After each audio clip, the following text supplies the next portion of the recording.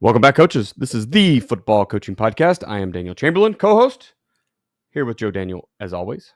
What's up, Coach? It's another beautiful day. Football season it's coming to an end, man. We're past week 7, so we're in week 8, and I'm not super happy about it, but it should be good. Wait, is this 8 or? It's week 8. I've been so frustrated this week because we've 8, 9, 10. Yeah, yes. we've played because we are 5-2, and I keep hearing 5-2, 2-5. Sorry, we can talk about that in a minute. And I guess people are just like adding up the numbers, and they're like, "It's week 7." I'm like, and I just keep hearing it over and over again, and I'm like, "It's not. It's not week 7. This is the 8th game. We're 4-3. Kind of got. We went in last week not knowing how good those cats were. Right. But we found out pretty quick. Our kids played pretty well. But, I mean, when there's like a DN that can crush your down block and blow up your puller and make the tackle at the same time, what do you do? Right. We tried to log it at halftime. Like, let's just block his outside shoulder. That didn't work. Right. So, we got to find answers for that moving forward. Playoffs are not too far away. We're still sitting pretty for a 2 or 3 seed, get into the Oklahoma playoffs. So, yeah, we're doing okay. We are with the strange world of PowerPoints in Virginia. So our playoff system, and this goes back to, I've talked about it before. This goes back to the fact that we did not restructure or redistrict or anything for decades. And what has happened is we have these natural rivalries and districts that existed for years. We kept the 1A, 2A, 3A for years and years and years. And what we were in, which was 3A, became so dramatically different to where the school that I'm at now is around 750 students. That 3A, they had around 750 students, and other 3A schools were in the 2,000, 3,000. And so they finally had to, but they wanted to maintain the traditional rivalries and stuff. So the way that things are structured around here, in order to do that, we use a system of PowerPoints where you get essentially bonus points for playing schools that are a bit larger than you. You get extra points when you play a school, so a team that we beat, we get, I think it's 2 points if they beat someone else. Right. But if we lose to them and then they beat somebody else, we get a point. So our schedule has been brutal this year. Our losses are to an 8-1 team, an undefeated team, I believe another one that's 4-3 that's actually in our district, and then another 7-1, and then a 4-3 that's a 5A. So 2 of those are 5As, one of those a 4A, and the other is a 3, whatever it is. So the way that all comes out is we are in position right now. If the season ended today, now there's still 3 weeks left. If the season ended today, we would host a home playoff game as a 4 seed. And it's just that the schedule is it's a validation of what we've seen, which is this schedule is brutal. And the other end of it, which is we're not going to see teams like we've seen so far. Right. Like we don't have, thankfully, we have a 4A, we have a 5-2 4A this week. So it's not over yet, but we're starting to get back to some teams that, we had a competitive game last week and we probably should have won it. I say that I say we should have won it. I mean, it was a competitive game. I wouldn't say that they shouldn't have won it. We could have won it. But yeah, the way that things are panning out is like we're starting to execute better. We're starting to play some of our best football. The schedule is starting to turn in our favor. We may not need a win to get in, but to get a favorable seed, we might just need 1 win. If we can get 2 or 3, obviously we get fantastic seeding and go into the playoffs with an opportunity. So like, I look at your PowerPoint system, and although it's a little bit chaotic, it's not the most chaotic I've ever seen. It took a while to understand it, but now when I sat down and spent some time looking at it, it was a couple of years ago. I guess when I was a head coach, I spent some time looking at it, and I was like, oh, okay. All this makes sense. Of course, when I was a head coach, we played almost all 2As and 1As, and it was like, this is easy. Now we play everything from 2As to 5As, and it's like, It makes scheduling a lot more fun, right? In Oklahoma, you get told who 7 of your games are every other year. And the other 3 don't matter. We redistrict, and the other 3 legitimately don't matter. Yeah. Don't get yourself hurt. Try to build some confidence. If you're really good, go out and look for a challenge to challenge your kids. If you need some confidence, find somebody that can get you some confidence. But yeah, every game counts for us. You're not playing against your conference in terms of literally the points are all that matters. So there are head-to-head tiebreakers and stuff, but really it's not like, oh, they're 3-4, we're 4-3. It's like that doesn't matter if their 4-3 is against a bunch of smaller schools that are bad. And so there's multiple ways to schedule it. And now it's the same schedule. It's just all of these teams have gotten better, and so have we. At one point, we scheduled a lot of these teams, and they were all very much down. And we had a pretty good chance to win some games. And because they weren't very good, because some of the teams that we beat, even though again they're the same schools now, it's just everybody on our schedule is on the upswing, right? When those who coach at these smaller schools know how it is. You get that senior class, right? And that senior class comes in and you groom that group for 4 years. We got a lot of people with that senior class on our schedule, and we're not there. And so we have a very small senior class this year. So when we started a few years ago, everybody was on that downswing, and we had a little bit of an upswing. And so we won 6 games. We got in the playoffs, but we got a 7 seed both years, I think, or 7, maybe a 6 last year. And now it's like different. So it's the way that you can schedule is you can schedule teams that are a win. I mean, probably the best way that you could possibly schedule is to schedule a bunch of bigger schools that don't get a ton of wins, because if you're a small school, because you would get those big points from playing up. But then like the other way to schedule is the other way to schedule and take advantage of the system would be to be a big school who plays small schools to get a lot of wins, because you won't get the upfront points, but the bonus for wins that your opponents get is even 2 points. 2 points is 2 points. It doesn't matter if they beat a 6A. It doesn't matter if they beat a 1A. You play a team that's 8-2. If they're a 3A and you're a 6A, you get a smaller amount of points up front, but then you get 2 points, 2 points. You get 16 more points off of them, which is like beating another, 4A or 5A or whatever, however the points work. So it's pretty interesting. I suppose there's ways to game the system, but again, we're not that different in that less now, because our 6As finally, there was basically an agreement to the 6As to not play us. We're the smallest 3A. And so we don't have the 6As anymore. And so we've replaced them with some 4As and some 2As and some 3As. And so but for the most part, a chunk of our schedule, whatever it is, I guess it's 5 or 6 games, is traditional district games that we are playing every year regardless. There's the state of Missouri does something really weird, and I'm going to mess it up because I don't know it exactly, but I interviewed up there last year for a head coaching job, and excuse me, they don't know what classification they are until it's playoffs time. So they just schedule kind of who they want to play, and then I'm assuming whatever teams make it playoff eligible, then they kind of reclass everyone. So you get a bunch of balanced playoff games or so.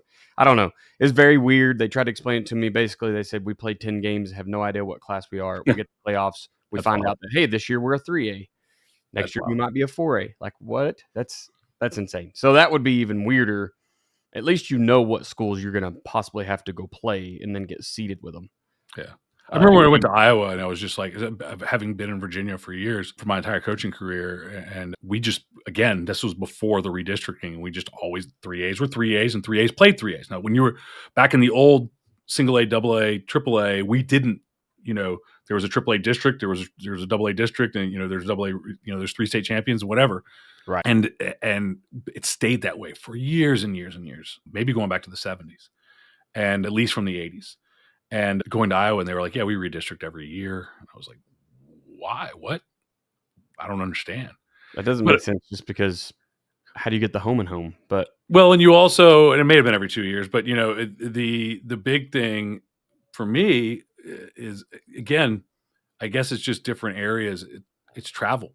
Like a big consideration is if we were going to play a 3A only schedule. There was consideration of it that they could take what are the city schools, the Richmond city schools, which are all around 2A, 3A, and the Tri-City schools, which are Petersburg, Hopewell, Colonial Heights, which is us, and make a district out of that. Like that was a possibility. But then like New Kent is a little further out. It was weird. Like, but there's like, you would have to drive by 15 schools to get to your teams that you're playing. It's just weird. It's whatever. But it's interesting. So that's where we're at right now. I'm looking at Missouri's, and they're already districted. I don't know how you say that, but so I don't know. Maybe I got bad info before, but that just doesn't. Anyway, it's different. Everybody's different. It's funny because everybody's different. It's all makes sense. California has 42 state champions. I have no idea what that's about. Oh yeah. You got to win like 7 championships to win the state championship, though. Yeah, right? It's wild. Yeah, regionals, districts, sectionals. Class, I don't know. Sectionals. I mean, California is a totally different deal. Let's talk some ball.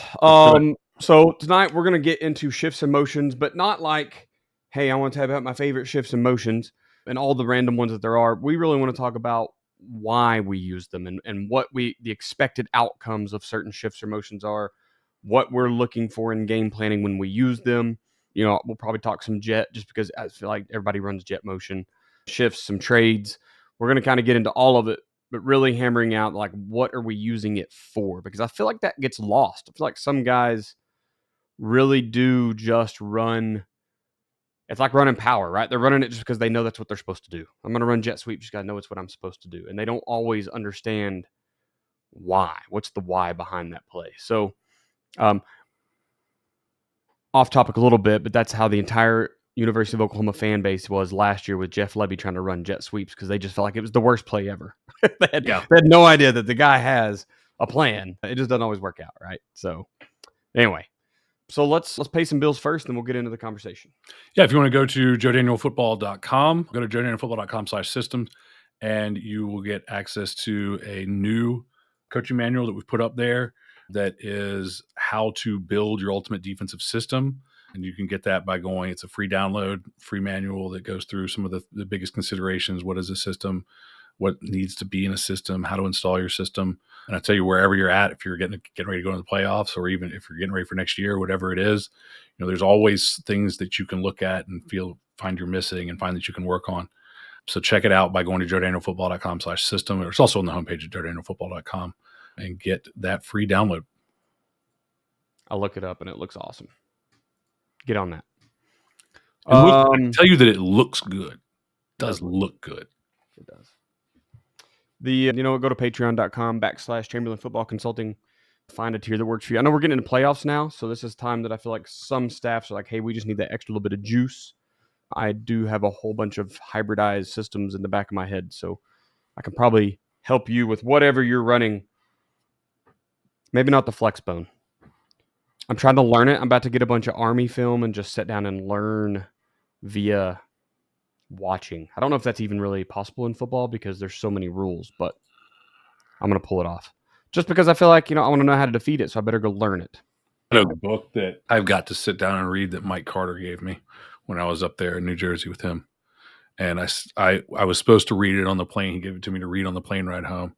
And then my flight, that was when the United had all the issues and my flight got canceled, and I had my son's first birthday, and so I rented a car and drove home from New Jersey, which is only about a 5.5 hour drive, but the car rental was not cheap. See, if you're Midwestern, you'd have just drove that anyway. Like that's if it's under 12 hours. Well, the whole purpose was normally, yes, you're correct. I would to make it, but the whole purpose was to go there, get it done, get back home for my son's birthday, and so I ended up getting home at around 2:30 in the morning. But yes. Also, I want to talk about Athletic Speed Movement. Go to athleticspeedmovement.com. This is the perfect time to get in. You've got, especially if you've been unsuccessful this year, you've got 2 to 3 weeks here to learn the system, get that week off before you jump into and maybe you're a guy that brings everybody back in January. I don't know. I like using December, but get them into their speed training. I mean, think about if you started at December 1, you're all the way through the system before spring ball, right? You're going to look the fastest you ever, and then you just restart the system. The only thing that we're going to have other things that you can do rather than just restart the system. And it depends on how you get guys coming in and out. But I will say that The only thing you might want to start January 1 when you're going to have them consistently for that entire time. It's okay to miss a week. So, but if you're not going to see them for 2 or 3 weeks over the winter break, I might wait, but get them in the weight room. But you can start working the basic drills. The first 5 weeks is really the major teaching. I mean, that's and then everything else is what Dale talks about is basically the first 5 weeks teaches you how to run. The next 7 of that core 12 weeks teaches you how to run fast. But I would say anybody who came up short, if you don't have an established speed program that is benefiting you, this is the place, the stone unturned that you need to get into, because it is a difference maker. It's much more successful than, hey, send them to track in the spring. 100,000% more successful than, hey, send them to track. 100,000. Now, if you want to send them to wrestling, if you have a good wrestling, I always think that the key to that is that's cool as long as you got a good program. Yeah. Like I see track programs that are like really poorly, less so with wrestling, but really poorly organized track programs where kids kind of show up when they want to show up. And it's like, no, don't send them there. Yeah. Do it yourself. Sweet. Bill's paid. Let's jump into some questions here. So the first one, just to clear the air here, because we've talked now multiple times about terminology is wildly different. Yep. I asked on Twitter the other day, what do you call slot? What is slot to you? The word slot in football, and many, many variations of that word. An inside receiver, a wing off of a tackle. Yep. Some people, it's a complete formation. It's a play. Terminology is crazy. So what exactly are we talking about when we talk about shifts and motions? It's funny because you mentioned that, because I remember when there was like a clear definition. I was told that there's a definition of a wing, and that's not a wing. And I was like, well, it's clearly a wing. Right. It's got to be over a tight end. Tight end with a wing. Tight end with a wing is a wing.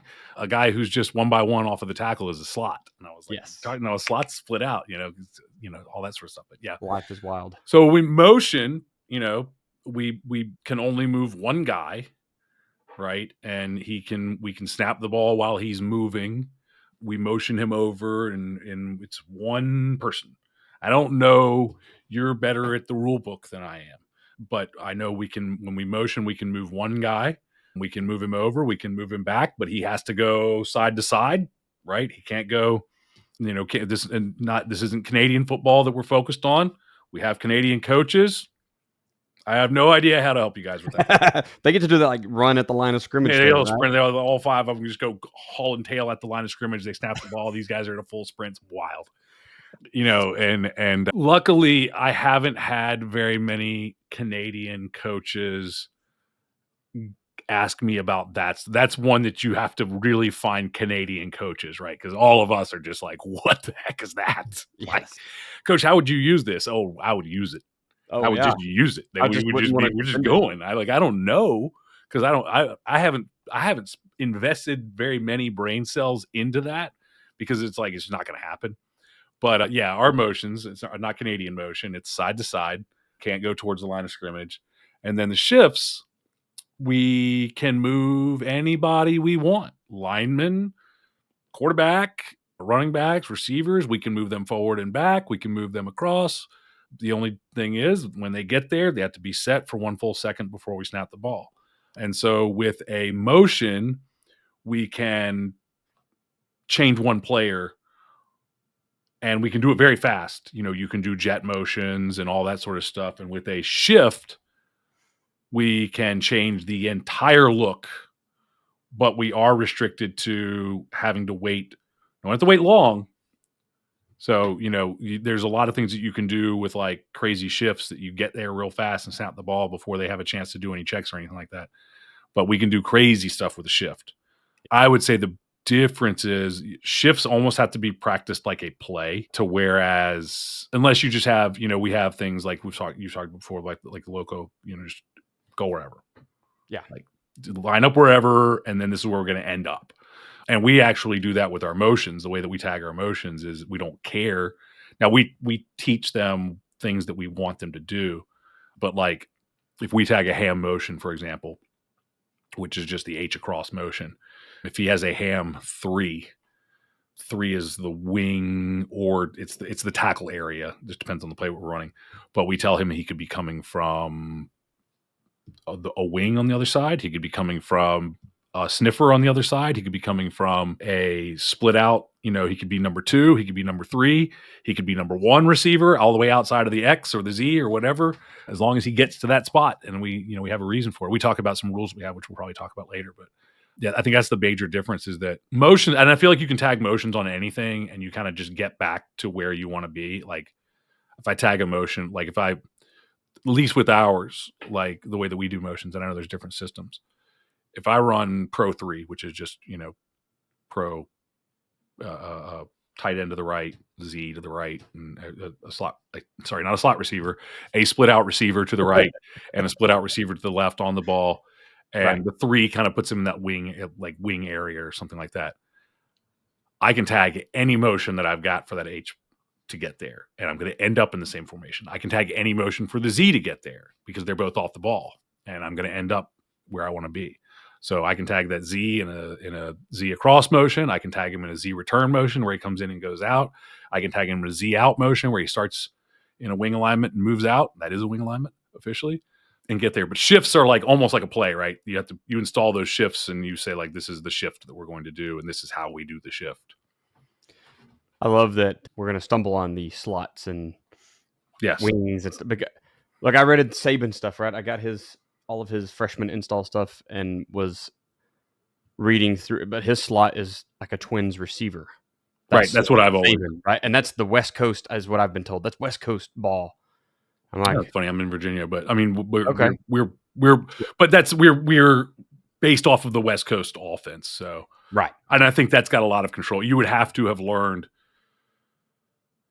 some other system, wing T or something like that, flex bone, and not the back in the old Power I days, right? Pro style West Coast. Yes. Our coach Mountjoy calls this the East Coast offense, but it's still got a little Washington influence and that kind of stuff.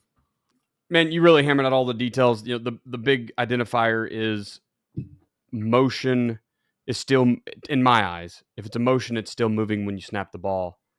If it's a shift, it's come to a stop before you snap the ball. Even if you just shift one guy, sure. The difference in what most people call jet motion versus what you may call a cross or over or whatever, right? Number 2 receiver on the strong side goes to be number 2 receiver on the weak side. Now he has shifted over, but if I snap the ball en route, then it's a motion. Yeah, and ours. Simple. So we have a lot of plays where we do motion over and into what you would call a one person shifting, because they are actually getting set. It's usually if we're running a pass, like if we're running a base pass play and we're motioning to it. Yeah. Now in the past we have not motioned to. We did not do a lot of motion on base pass plays because we did not want to be moving. Now we would motion if it was going to be a wheel because we wouldn't stop him. But we do sometimes use our motion tags, but it would actually be a shift if you wanted to be really specific about it, because the quarterback's going to let him get set so that he can run his route. As for rules, maybe Mike D will listen to this and tell me I'm wrong, but I'm pretty sure there's like very few rules for shifting. If an offensive lineman or anyone who is a covered up receiver puts his hand in the ground, he's stuck. He can no longer shift as long as he is uncovered. So a tight end with his hand in the dirt, with a Z off the ball outside of him, uncovered, he can pick his hand up. So you will see him deliberately pick his hand up and then move when you see tight end trades. And they can't just snap up from the ground. I think they have to actually pick their hand up, then move. Right. And a lot of times you'll see them like stand up, tell the Z get on the ball, then they go off the ball and move. Right. Like, there's like a whole thing in the NFL. Right. It's not. And so that's a big thing about shifts for us in high school, is that we are not required to do all these things. We are not required. We can, as long as we have, 7 on the line of scrimmage, we can have a guy covered up, and it's just, it's not a big deal. We can move that guy over and he's covered up, and as long as it's a run play, it doesn't matter. It doesn't matter. Right. So we don't have to worry about all that stuff as much, where we have to move that guy off at the same time and all these sort of stuff. Right. And I think we get hung up in that sometimes because it's not a high school rule or not an NFHS rule. Obviously, I don't know about Texas and, right. We're using NCAA rules, but yeah.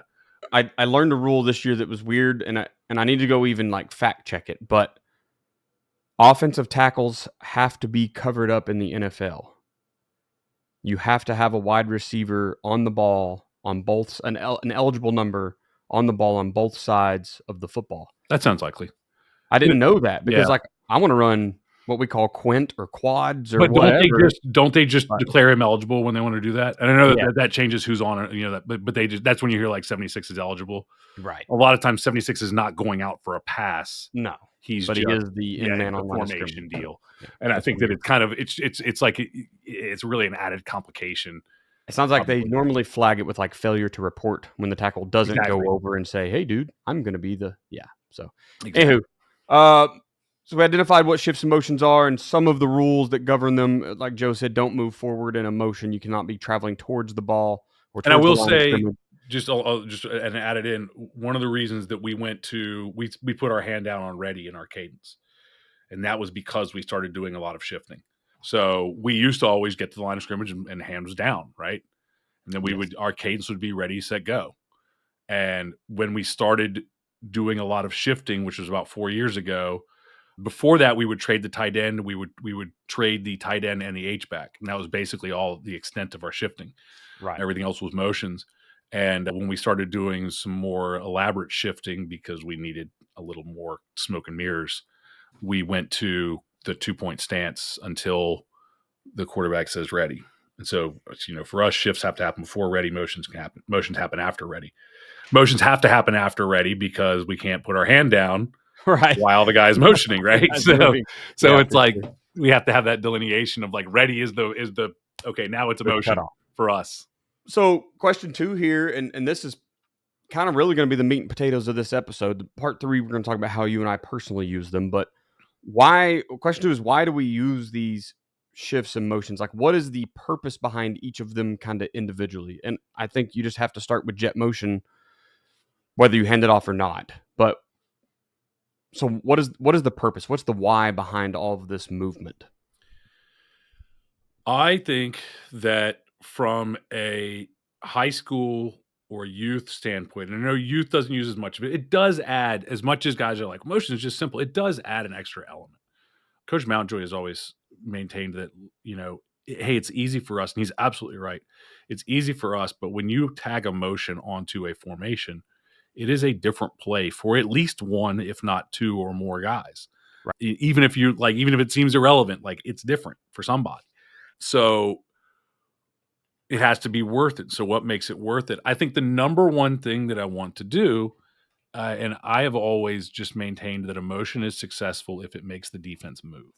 And it does one of two things. So I guess if it makes the defense move pre-snap and check and call and talk and get their eyes up off of whatever their key read is, number one. And number two, if you don't move, I have a numbers advantage or some sort of advantage, but generally a numbers advantage.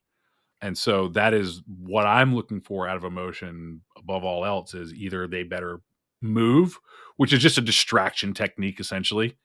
But, you know, if a linebacker's shuffling his feet over a little bit or they're checking or the safeties rotate, a lot of guys talk about using motion to identify man or zone. True to an extent, but, you know, like I think people think that means like, well, if they run with it, it's man. It's like that's not what it means. Nah, they can bump over man, you right? can bump man, yeah, that's no problem.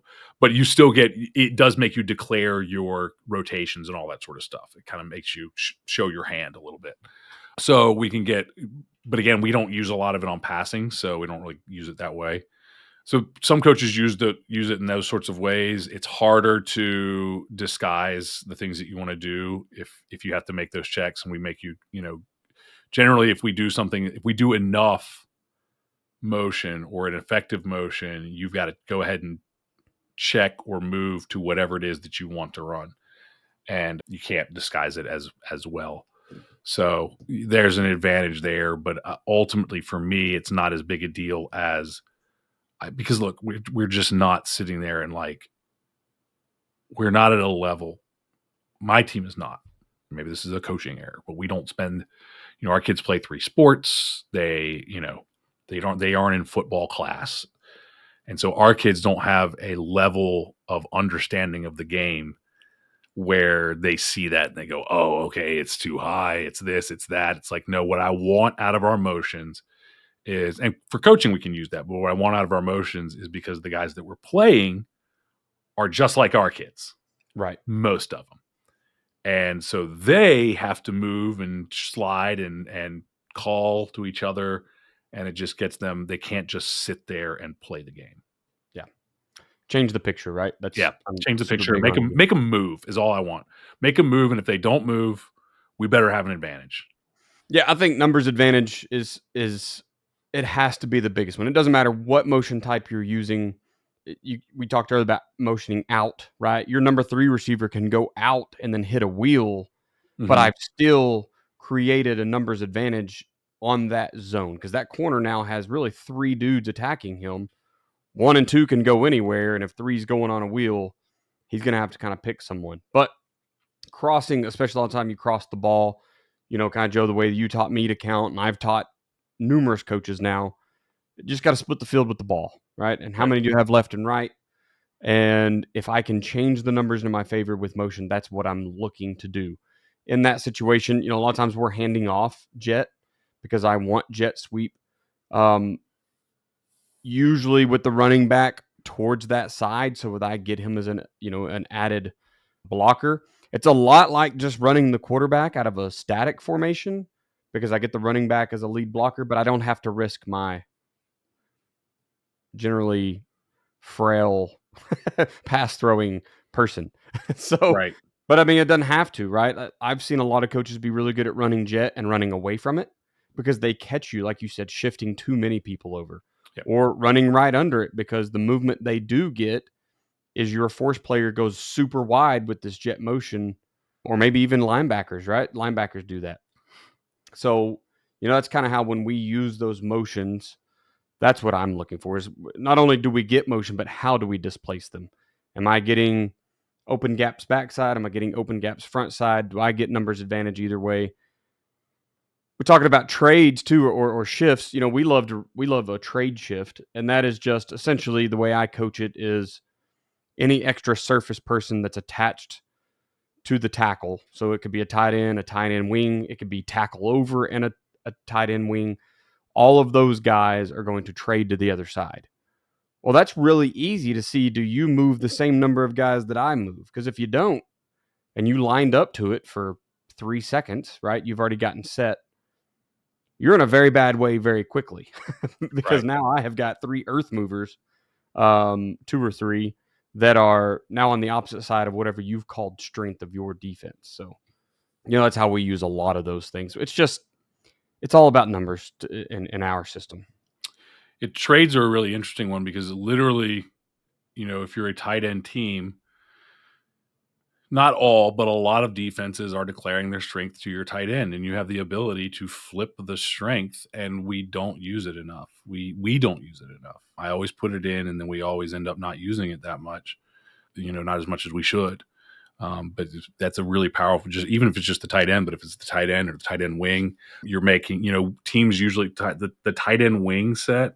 And I think in large part because of Kenny and coaches who run things like that, has really made that tight end wing a dangerous threat.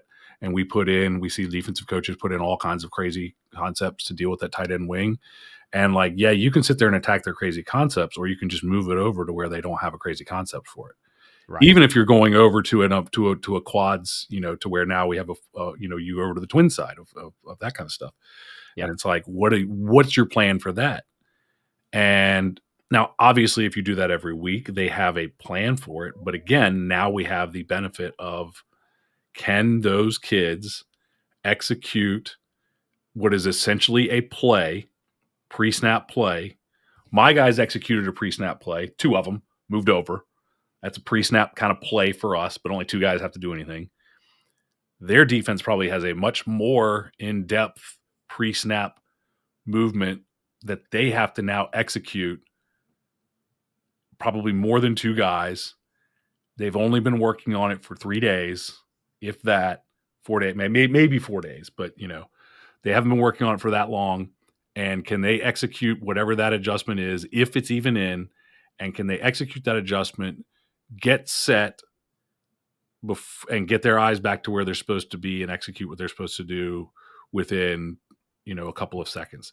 Yeah. And if they can, then how do I attack it? Right. So because I guarantee you that they don't have a second adjustment to it ready.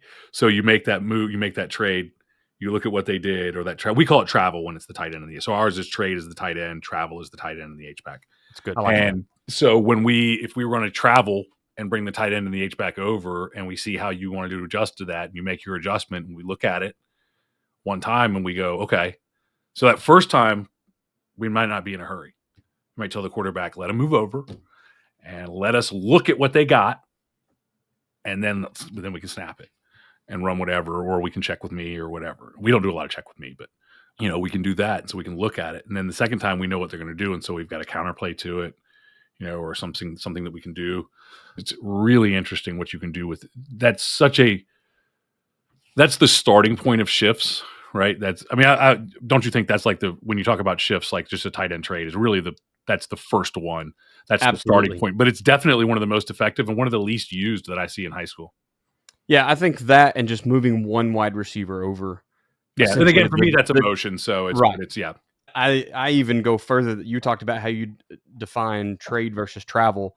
In my motions, if jet is only if it's getting handed off. If I call quick, that's a jet motion that doesn't get handed off. Same, you go into like orbit, right? Orbit to me is a non-handoff rocket. You're getting the ball. So I kind of divide those so the kids don't ever have to guess. Yeah. I've been in systems where like we're calling jet GT counter away, and it's like, well, who's getting the ball? Yeah, right? Ours would be like, so ours is a numbering system. So Jazz 46 is Jazz is jet to Z, 46 is the Z is the 4 back. And so Jazz 46 is the 4 back running 6, or actually it's 48 now. But then if we ran Jazz 25 counter, that would just be the jet motion going across, but we're just running 25 counter behind it. Yep. Every system. I love them. Yeah. And everybody's got a system. And I think coaches get hung up on these things and about how to put these systems together and how to put these motions together.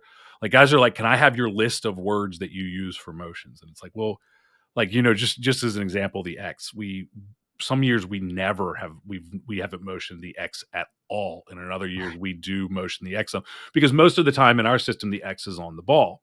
I don't usually have 2 tight ends. And so the X is on the ball and he doesn't motion. They're like, well, what are the words for X motion? And I'm like, I can tell you, I can come up with 5 of them real quick. So like ox is X over, because you can't go, everything else is like all of our Z motions are zap, zip, Zorro, those kinds of things.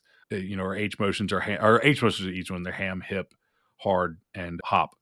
We use those a lot. The H moves around a lot. Like the Y motions are all weird. They're like yak is Y across, U is Y over. I think there's like YOLO is Y. No. U is Y over, YOLO is like Y out. But I don't know them off the top of my head, and I don't have them written down. That's why we have practice, right? You write it down on Sunday, and you're like, we were practicing this crap because I don't know it. But now our jet motions, I know 100% because I can jet anybody, and so I know that I've got Jazz, Jax, Jaws, and J. Like that's it. And jar technically is the R, but we usually don't do that. But like I know our jet motions because I can jet anybody. I know all of our H motions. I know all of our Z's. Our Z and our H are there. But like guys will be like, well, what do I call it? I'm like, I don't care. It doesn't matter. It really doesn't matter. It's like a lot of times with the X stuff, like we have words for everything, but a lot of times because we don't do the X stuff, it'll just be X over, X out. They're not good words. So as I started hybridizing systems, right, I've got a ton of motions from you, a ton from Kenny, a ton from Cameron. Now X return was X-ray. That's one I do remember. There we go. Okay, good. And so now I've gotten to where I just use like one, right? We have a zip motion, which started for the Z to do a thing. And now I'm like X zip. Y, I'm not making up a bunch of words. I'm going to tag it, man. We're a tagging team anyway. And it's funny because our players sometimes, because they know, and they all, with a small team, they all end up being the H-back and scout team. And so they've all had to ham motion, because that's usually like, I don't care what your guys are. If you're going to motion a guy, I'm going to make him our H-back, right? If you're a 2x2 team, I'm not sitting there going, okay, it's the Z across. Like, I'm just going to put the H out there and I'm going to run the H across. So when I do the scout team stuff. And so the H is almost always the motion guy. And then we'll like, like if we play a double wing team, it's like, okay, this wing is the H and this wing is the Z, because I'd have words for those. For motioning those guys and stuff. Or wing T teams, same thing. And so they all know what ham is. And so they're like, I'm like, okay, you have a zap mode. Not usually the Z. The Z is not usually not an issue, but like, say you have a zap motion, and they're like, what is that? And I'm like, it's a Z ham. And they're like, okay. Z ham. I love it. I'll tell you something that I've learned the last couple of years, and I think it's very underutilized, is because it's paired with the quarterback run game so much, but that is getting your back, motioning him out to empty. A lot of teams love doing that. Yeah. A lot of teams love empty as it is, and they're not. It's why did everybody go to 2x2 in the first place? It was the spread to run, right? Like very few people went from I'm a wishbone or a flex bone or a power T or a dead T team and went, hey, I think I'm just going to be 2x2 spread next year. No, coaches were like, I saw this crap on TV the other day, and I think it gets me a lighter box to run all of my same concepts. So I can run GT counter to a lighter box. I'm going to go 2x2 spread. So I think it's kind of the same thing where empty started. A lot of people got out there just to spread to run. So with the quarterback game. Yeah. But there's huge advantages, because how do people answer that? What do people do to empty? Well, they have to go cover 1 or cover 0. And most of them go cover 1, right? Some people will stay in like a cover 6 or, quarter half look, something like that. To be honest, I do. My trips look is the same as my empty look. It's the same as my quads look, because where are all them kids going to go? Right. You can only do so much to me over there. And, right? And so many teams don't really throw that well out of empty. Right. If they do, it's so, and just an example, which we call route motion, are out. And if RR goes out, the key to that, I hate that play if they're just going to catch and throw it regardless. You've got to have a read where, like, let's say it's the Mike linebacker. Like, if the Mike linebacker runs out there with him, do not throw it to him, because that is just telling that kid you don't like him. But if you read it and the Mike linebacker sits and you catch and throw, and assuming you have a couple guys out there that can block, it's a great play. Yeah. But don't just call it and be like, throw it regardless, because that linebacker is going to murder him, and you just missed out on a 5-man box. Yes, so that's right. So that's you what is the reason 5-man box when you were snapping the ball to what is probably your best athlete. That's right. And had him throw it to a guy who was in a open field tackling drill.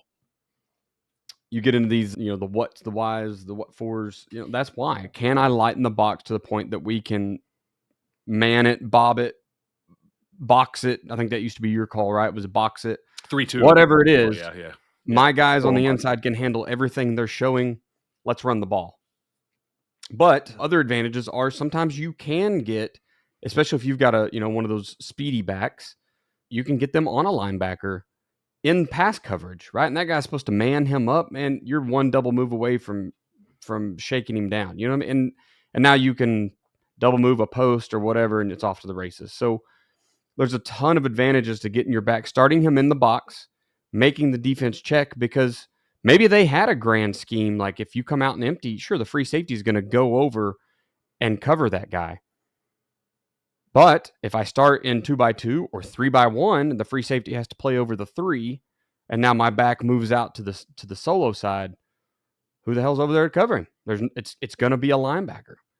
So you can really get into some advantages there. And, you still, once again, talking about changing numbers, leverage, space, all those things, but you start getting mismatches pretty quickly. Yeah. I think one of the things that we tell especially our H-backs, because again, they are motioning. When we're right, I will say that we're not right now, despite our which partly because of our tough schedule and trying to figure out how to make something happen. When we're right, our H-back is motioning probably close to 50% of snaps. Yeah. And so we will teach the H-back. I don't care. Again, we'll go back to that. I don't care where you line up. You know where you have to get to. But the rule is change the numbers.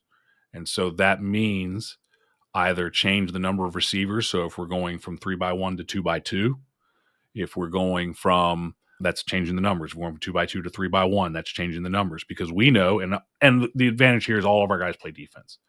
So like, when do you have to make a check? Well, if they motion to trips. Yeah, exactly. So we should motion to trips. In other words, don't motion from, don't do motions that are meaningless. Our guys used to, and we used to do this, and I for a long time I didn't understand it, and I finally realized, like, this is dumb. We would motion from like a sniffer on the left to a sniffer on the right. Well, all that sniffer, in my mind, now some teams may make a big adjustment to that. I wouldn't, because it's just because you can still run counter the other way. You haven't really changed the numbers. You're still, essentially what you are is you're still 21 personnel, right? I've still got 2 receivers over here and 1 receiver over here and 2 backs in the backfield. You haven't changed anything. You could have moved him from there to I, and it's no different to me. Move him to what we would call a 0 alignment, which is I. You haven't changed anything for me. So, I tell them, you need to line up at least as a wing, but preferably line up out there. If it is man coverage, they're going to have to bump guys. Again, they're going to move from 3x1 to 21 personnel, move from 10 personnel to 20 personnel, whatever it is. Like, we're changing those personnel numbers. We're changing the numbers on the side. We can also count numbers in an area. We don't get into that until you learn how to count the left and the right. But you can start to count what you mentioned. If I motion to trips, can I get 3/2 or 3/3? Can I get that? Can I get 4/3? Because I motion my R out and you leave your bike in the box, and you've got 3 guys over my trips because you're playing man, and my guy goes out there and your mic's asleep. And okay, now I've got 4/3. I love that numbers. I can also use it to get an extra guy in. So I can bring a guy who's standing out there at the number 1 receiver and bring him all the way into a sniffer position now. And now my numbers advantage is between the tackles. I've added a guy. Did you add a guy?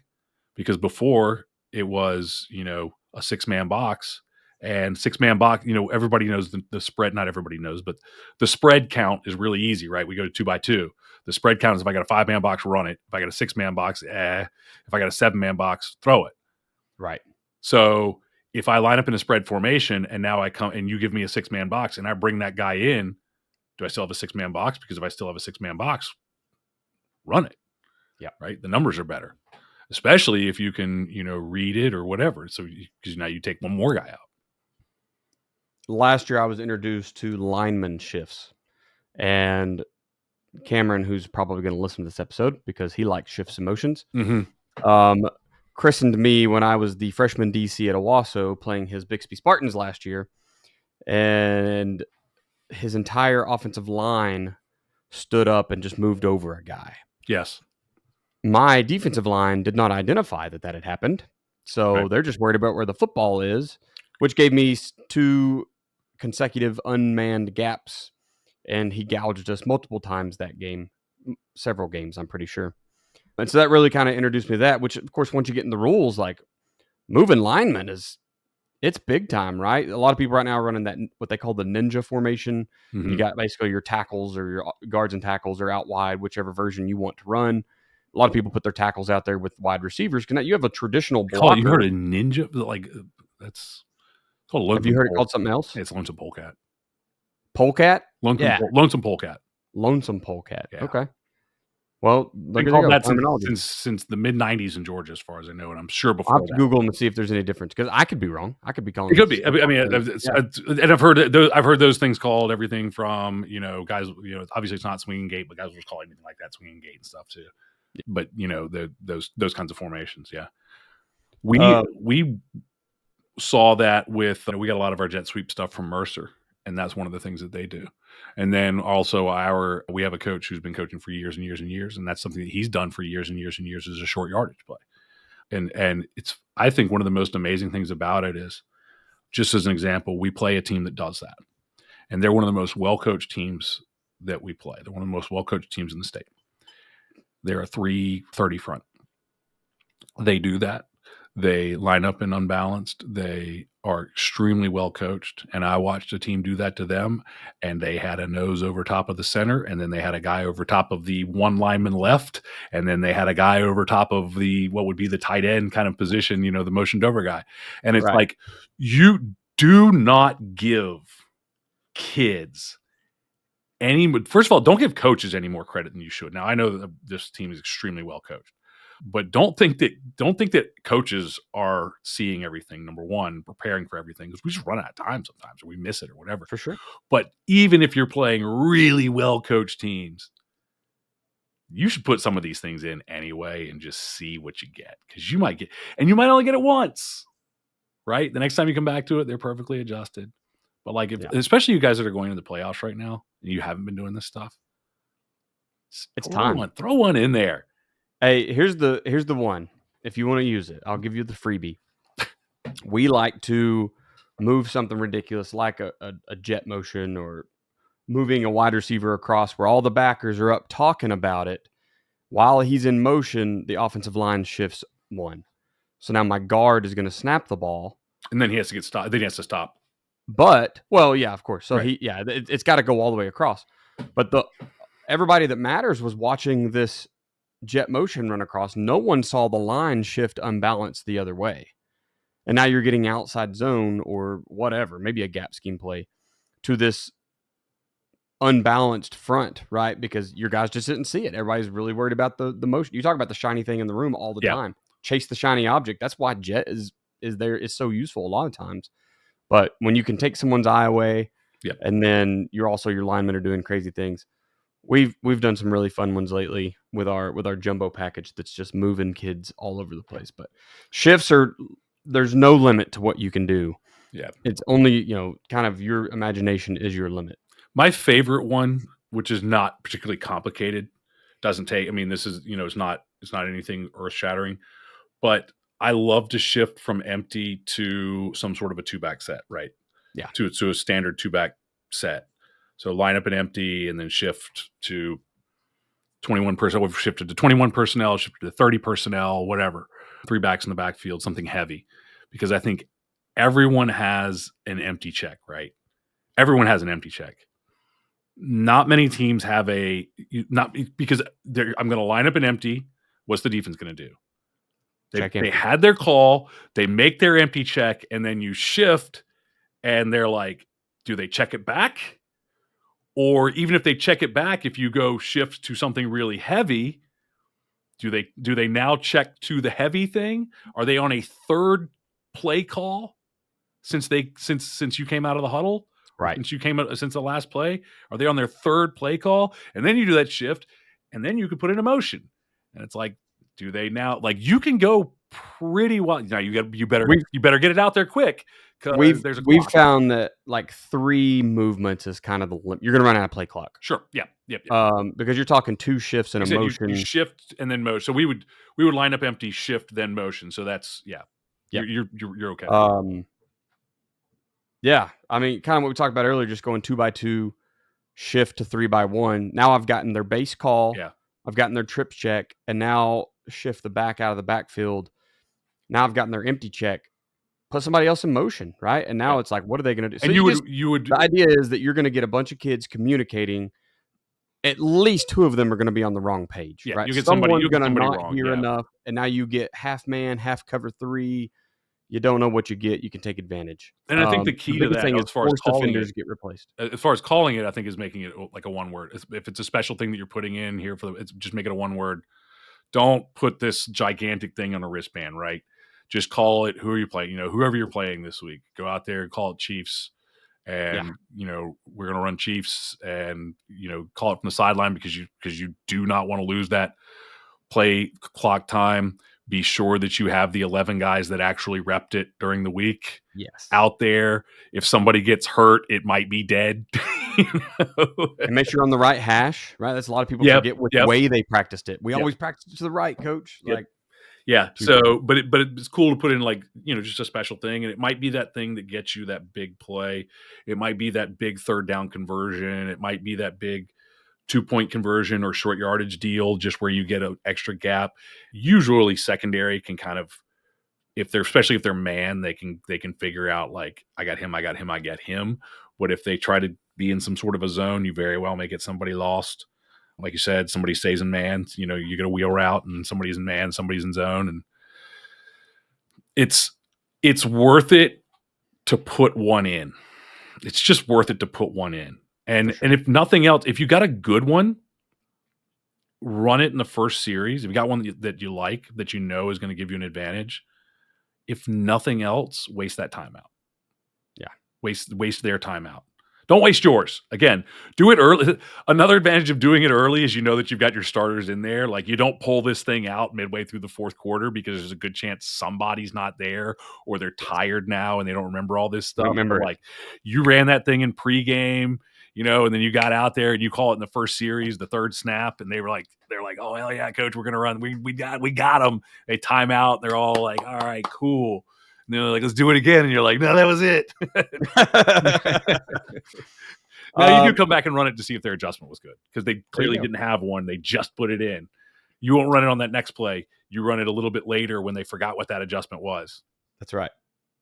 So last question here, and we'll be able to speed through this because we've already hit a lot of it, but just kind of how are we using shifts and motions in game planning? So when you're game planning against the defense this week or next week or whatever, where are you highlighting these shifts and motions against that defense? I think it's what you're changing numbers, getting advantages. You're looking at not only numbers. When we talk about numbers, as you know, we talk about numbers. Numbers aren't just, everybody's not a one, right? So in the basics of it all, I count this up and I go, okay, we've got 7 and 4 and they've got 6 and 5.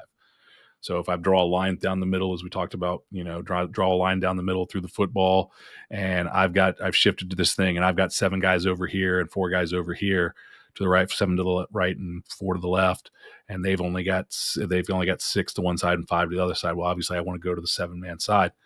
That's the basics, but then there's also the deal of maybe you've got a stud, and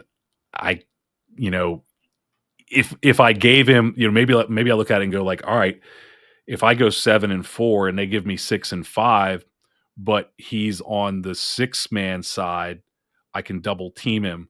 But if he's on the 5-man side, he's going to kill everybody because they've got us outnumbered and run us down from behind. And so I actually want to get numbers to his side so I can double team him. Like, that's right. Because one to match him. Right. Because what we look at is, some guys in high school and in youth football, we know that we've got Division I future NFL players potentially on the same field as guys who probably don't belong on a varsity football field, quite honestly, right? Guys who probably should be playing on JV right now. And either because they're older or because you don't have that many bullets, they're out there. And so you're trying to get they've got a guy that's a 1.5 or a 2, and you've got a guy that's a 0.5 or a 0.75, and you're trying to figure out how to handle him. Can I get numbers over top of him, or can I get away from him? Can I use motions to get his eyes up and all that sort of stuff?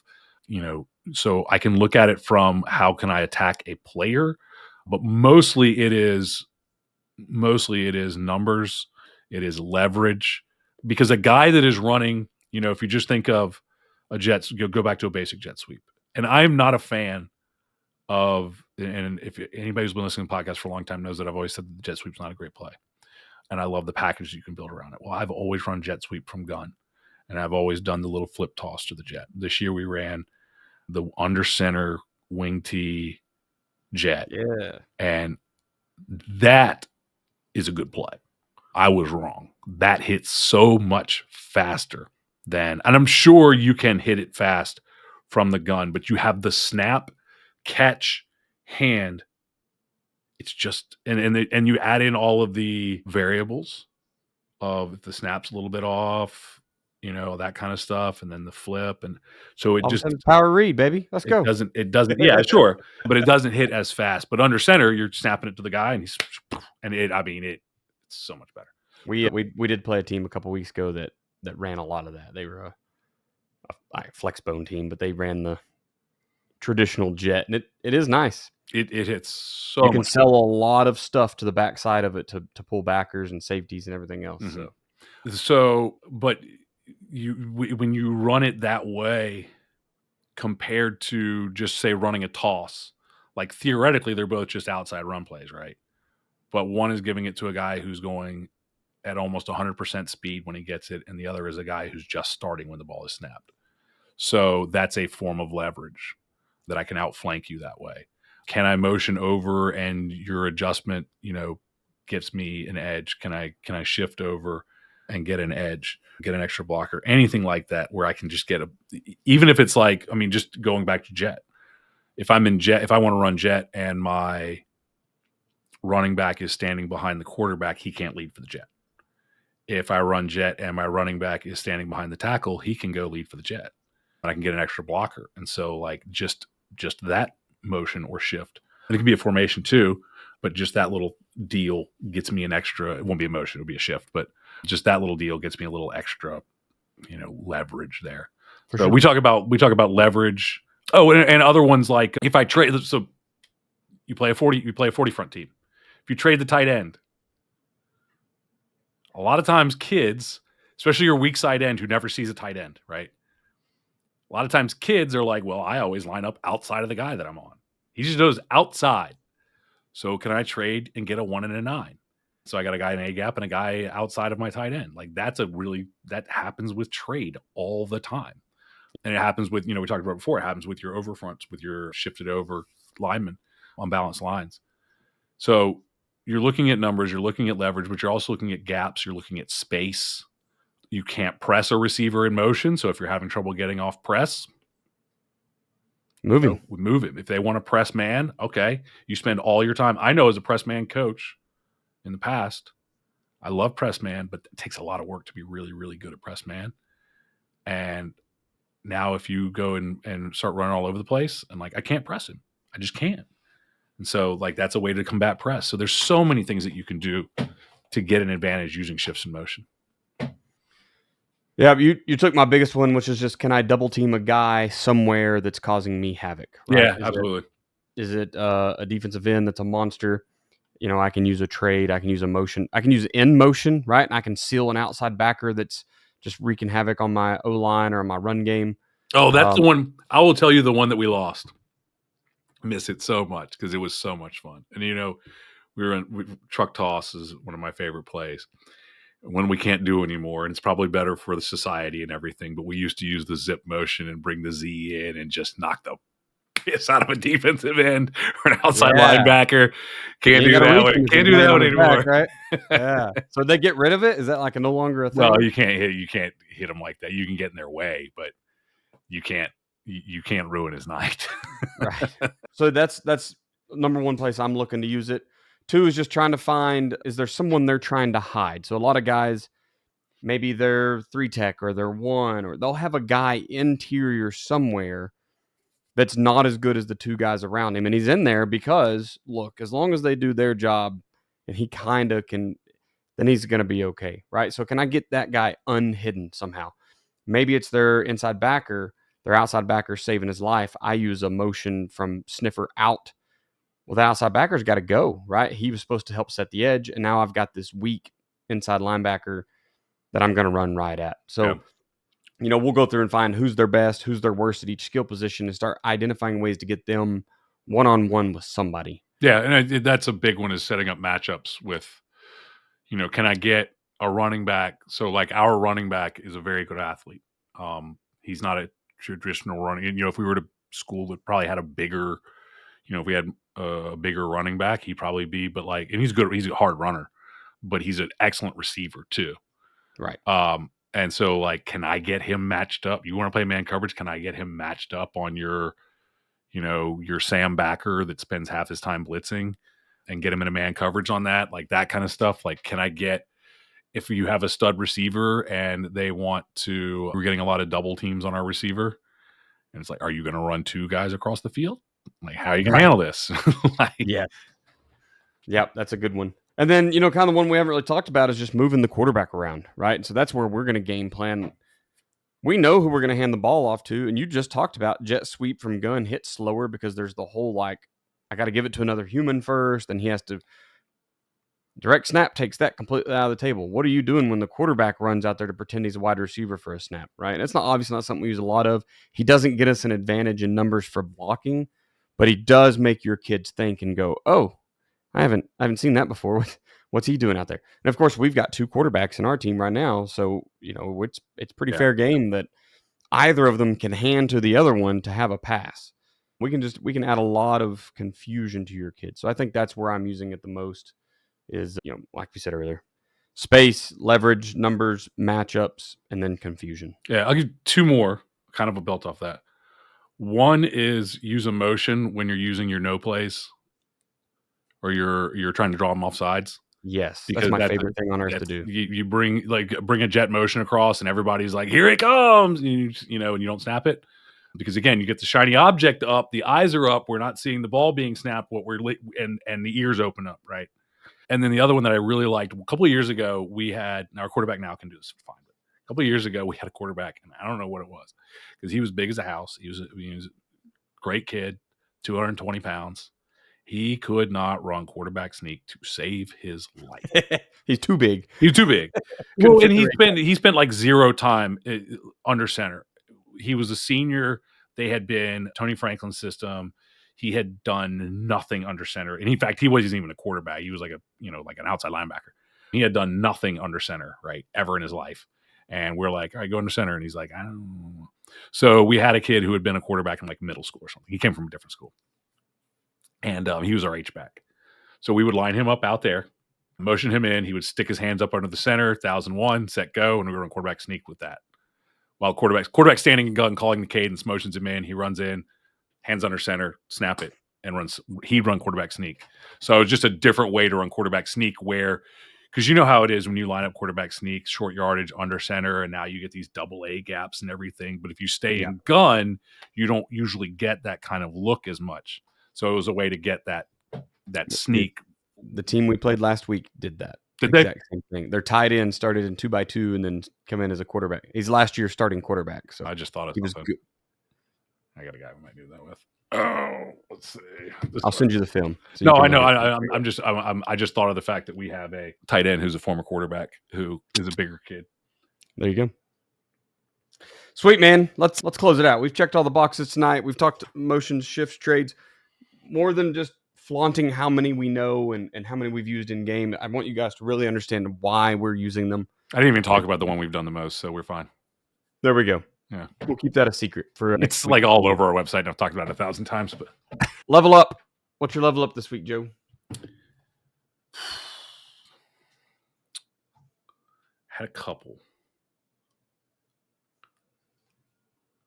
I've had a good run of successful times. I'll go with one. I haven't finished it. I always like to talk about the books thing. I mean, I finished the Steve Jobs, the 25 hours. It's great. In fact, I sent an email about it today. There's a couple other books, some gaming things. It's a fun time playing. My wife and I played tennis together for the first time. It's terrible. She's getting back into it, and I'm not good, but I can hit it a long way though. I picked up a book that I'm really enjoying, and I haven't finished it yet, but I'm really enjoying it.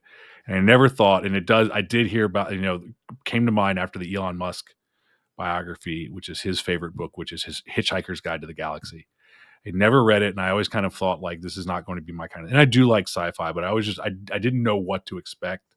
If you like Monty Python, like British humor, like Monty Python, the Holy Grail, and all that kind of stuff. If you enjoy that kind of British humor, it's very much along those lines, but with like a sci-fi, but not like a weird, not even like Star Wars. It's just like goofy sci-fi stuff. And there's like 5 books, but I'm really enjoying that. And it's one that it's a classic sci-fi book, but I always just thought it wasn't for me. And I finally picked it up this weekend, and it's one it's not long. The first book is not long. It was originally like a mini series on BBC, but it's cool. It's a quick read. At least you can read it in chunks. And I like picking up these things that are like I've always known of them, but never read them, and now I'm getting that taste of it. Once I watched The Equalizer. Right, Denzel, and the whole time he's reading the top 100 books everybody should read or whatever, because his wife started it, didn't finish. He has to do it, finish it. I've always wanted to go read those. Yeah. I just need like a comfortable leather reading chair, a nice fire, maybe a bottle of bourbon, and like all 100 books, and just start on one end and read through.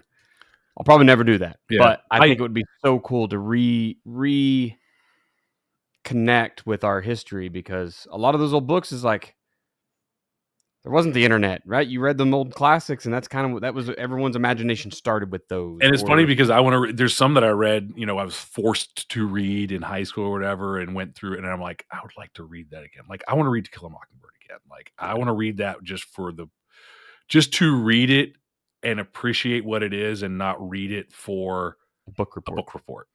Right? Exactly. And the other thing is, like, most of those books, I don't do audio. I only do audiobooks of nonfiction.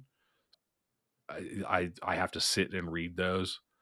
But yeah, it's If any of you guys know of a very comfortable leather reading chair that I can find on the interweb somewhere, you've used it and you love it, let me know. Email me. if it makes you read faster, better. Yeah. My level up is probably going to have to be hunting related. It is closing in on hunting season. In fact, it is right now.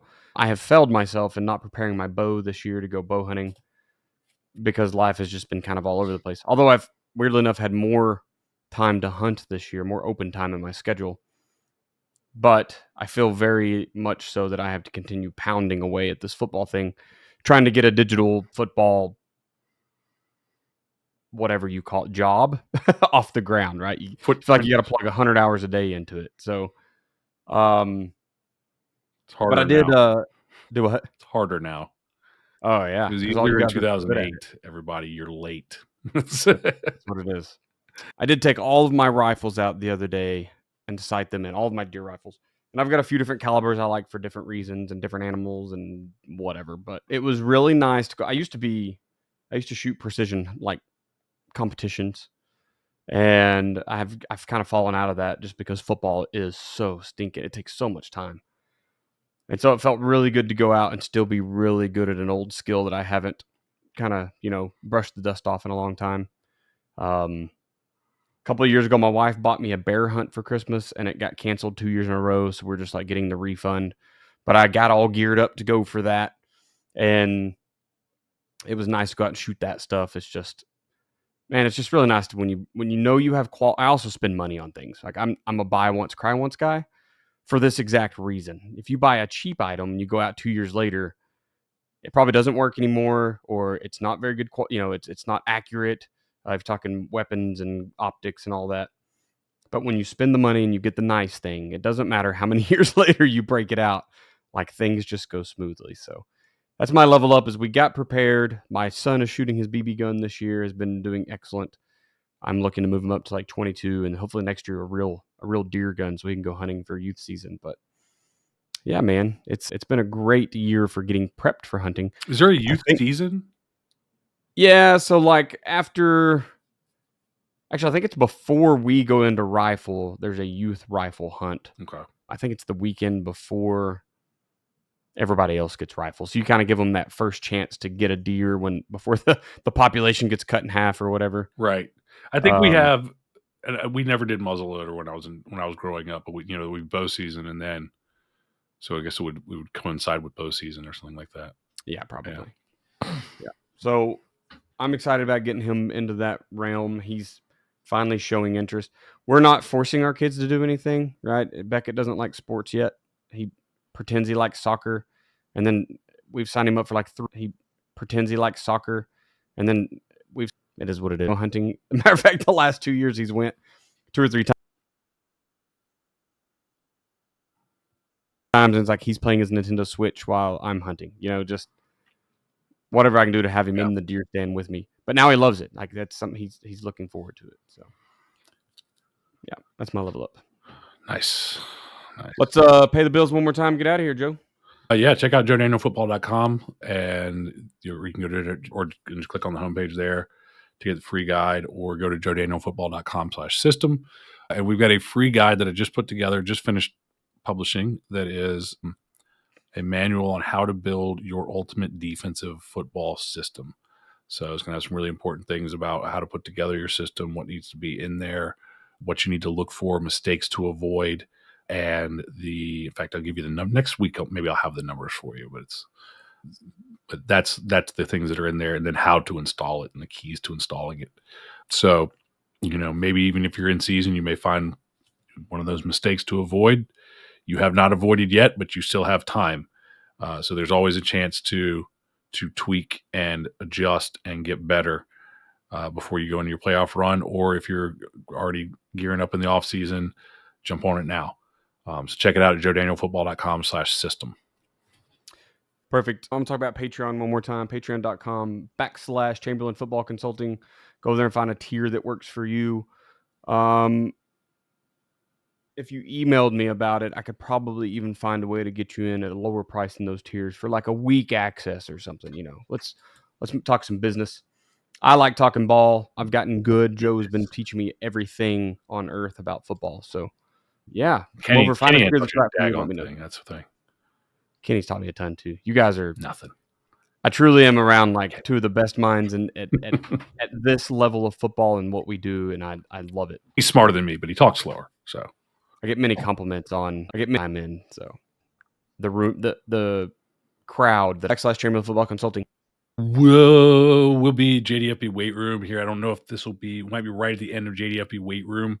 Depending on what day this comes out, it'll close on November 1st. And then we've got coming up at the end of the big things coming up at the Thanksgiving, Black Friday, the Football Coaching 101 series, which is Football Coaching 101, Football Coaching Mastery, and Coordinator Masterclass. That series of courses, which is, I think, as far as a complete coaching education, I don't know of anything better that just walks you through, if you're a first year coach, if you're getting to be, if you just want to get started coaching, then the Football Coaching 101 is the things you need to know before you step on the field.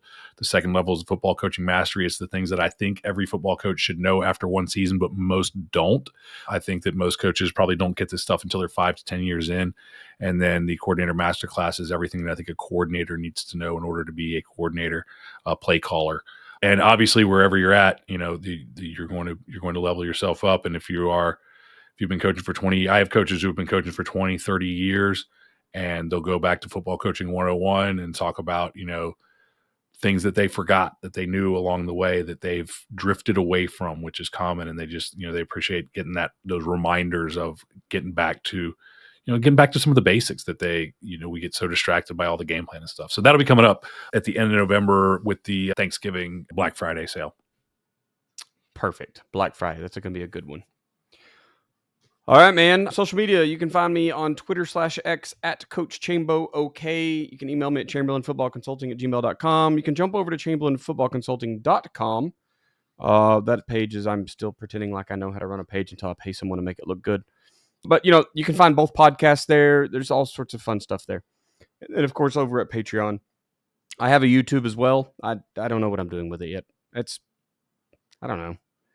I feel like I want to put everything on there, and then also what imposter syndrome really kicks in. Like I make a video and I'm like, did I say everything right? I'm really worried about posting this. So yeah, I'm still there. In my young journey as an online football person. Where can I find you at, Joe? You can find me on Twitter at Football Info, Instagram, TikTok at Joe Daniel Football, Facebook.com/Joe Daniel Football, JoeDanielFootball.com/YouTube. If you like to watch the podcast, you can watch Daniel and I talk about football on the YouTubes. Mustache tonight, so we've always got the podcast clips go up on the. We also have a lot of great stuff on Instagram, and I'll just admit to you, like I don't log into Instagram, but I have a team that puts together a lot of really great stuff for Instagram that is really worth. If I was going to send you to one place, I would send you to Instagram. It really does, again, things, reminders and things like that, things for you to think about, little clips of the podcast that maybe you were driving and you spilled your coffee and you missed it, but we're going to clip the good stuff for you so you don't miss it. So check that out. And then email is joe@joedanielfootball.com. And of course the website, the new platform, which is up and alive. Thank God. This has been a nightmare. I just want everybody to know that the target date was July 31st so that we weren't dealing with this in season. And here we are. And we are now targeting October 31st to have it all done. And it has been brutal and miserable to be going through all of this in season. I've probably sounded mildly depressed on the podcast at times because I am. Not this one, but the other ones. I'm not depressed anymore. The light is at the end of the tunnel. It's all coming together. Still some building to be done, but JoeDanielFootball.com. Joe and Daniel football dog. Wait, that's not it. No, just Joe Daniel football. If this is your first time listening to the Football Coaching Podcast, be sure to subscribe so you don't miss any future episodes. You can find us on your favorite podcatcher, mainly going to be Apple Podcasts and Spotify, but it's on all the rest of those weird ones too. If you've been listening for a while, please leave a review, especially on Apple and Spotify, because that's where we're going to draw the most attention. And let's be honest, that's what the rating system's for. Thank you for listening to this episode of the Football Coaching Podcast. Remember, coach simple, play fast, win.